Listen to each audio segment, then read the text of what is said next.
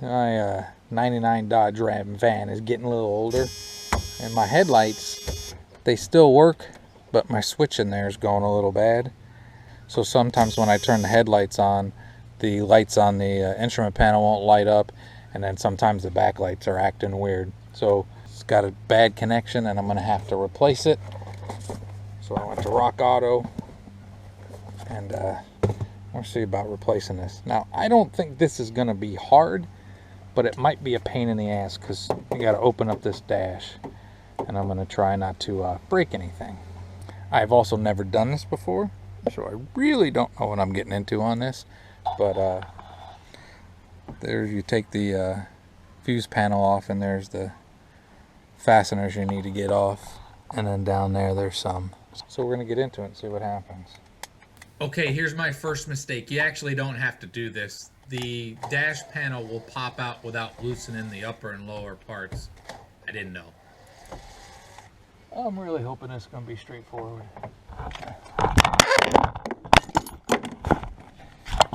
It's always something. All right.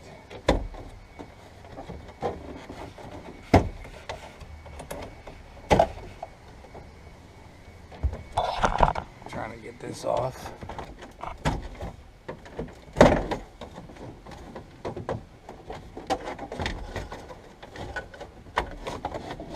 All right.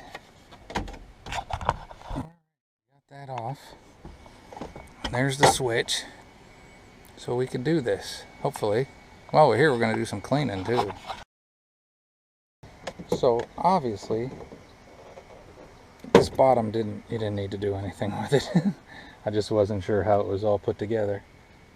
So like anything, when you're working on something, usually the hardest thing is just getting to shit.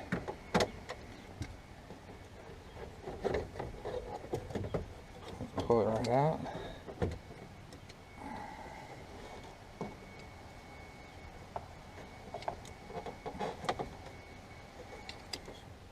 Alright, now for me, the thing always comes down to I don't want to break shit. And these connectors will often break. So that's out. There's one on the top that comes out. Here's another one on top. Okay, so this just shows if you're like me and don't totally know what you're doing, you can do stuff like this. Whenever these things get old and brittle, anytime I've done something like this, I always snap those little tabs off. I'm doing my best to be patient with this and not break these tabs. Ugh. Turn this off. Breathe. Alright, so the old one's off. When I look at the old one, they're the same one, but there was a tab here that was broken off and still stuck down in there. So there's that. And then to get the handle off, there's a release button in the back. You just push that down to release the handle. So now we're going to try to put it back together.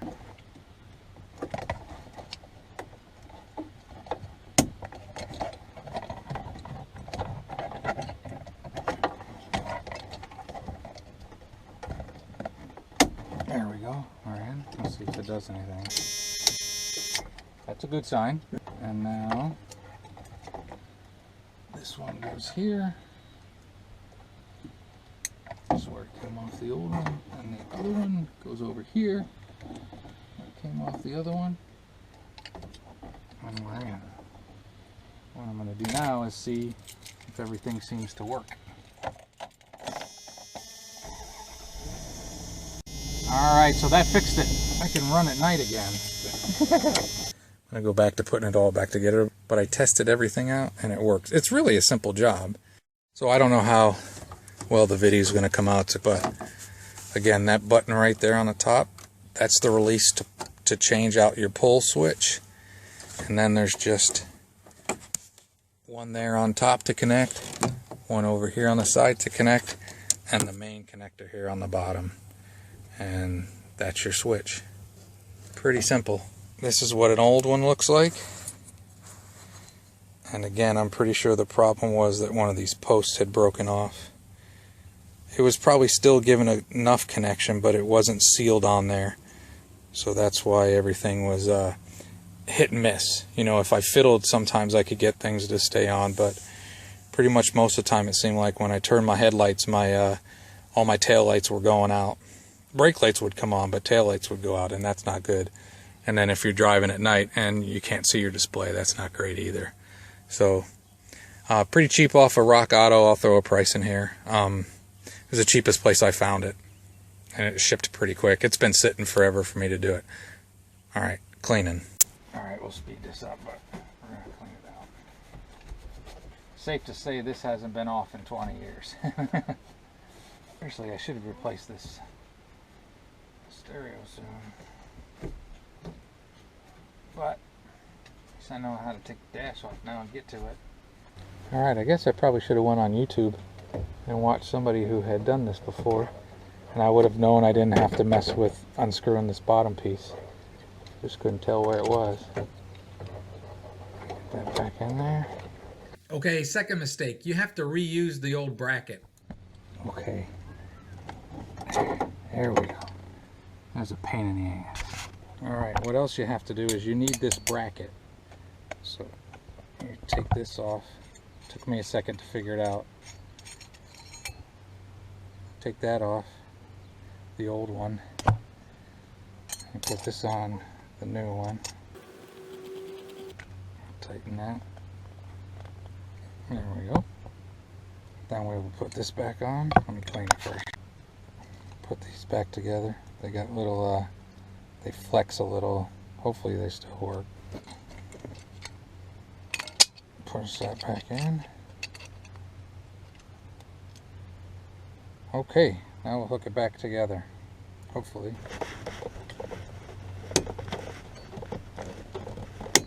There we go. Okay, that part goes there. What does that control? No clue. This part goes over here. There we go. What does that control? No idea. Okay, we're going to test everything again now that I put it together for the second time, because you need that bracket. That bracket's very important.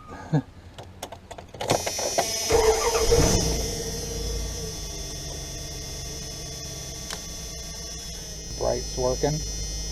You know, the dial to brighten up your instrument panel. We got everything on. Let's check it. And lights. And lights. Okay. Screw. What I try to do a lot of is I stop and test things, you know, before I get too far.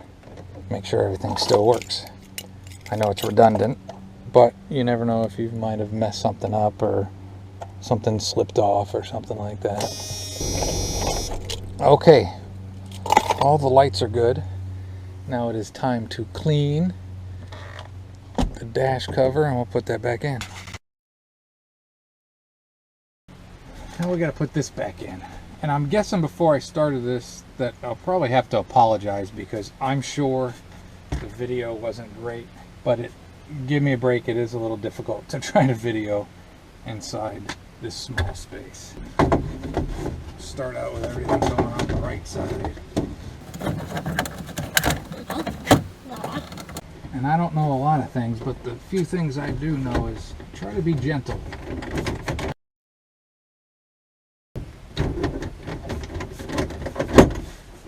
There we go. There we go. There we go. There we go. Firmly gentle.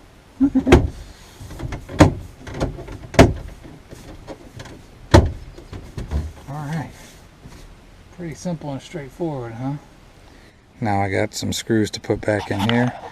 I took all this stuff out because normally I like to go to YouTube and see how to do something, and if you've watched this because you need to do the same thing, congratulations, you're smarter than me, because I just went ahead and started doing this. So I'll put screws back in. Alright, it's done. Everything's put back together. I'll check it again, make sure everything works.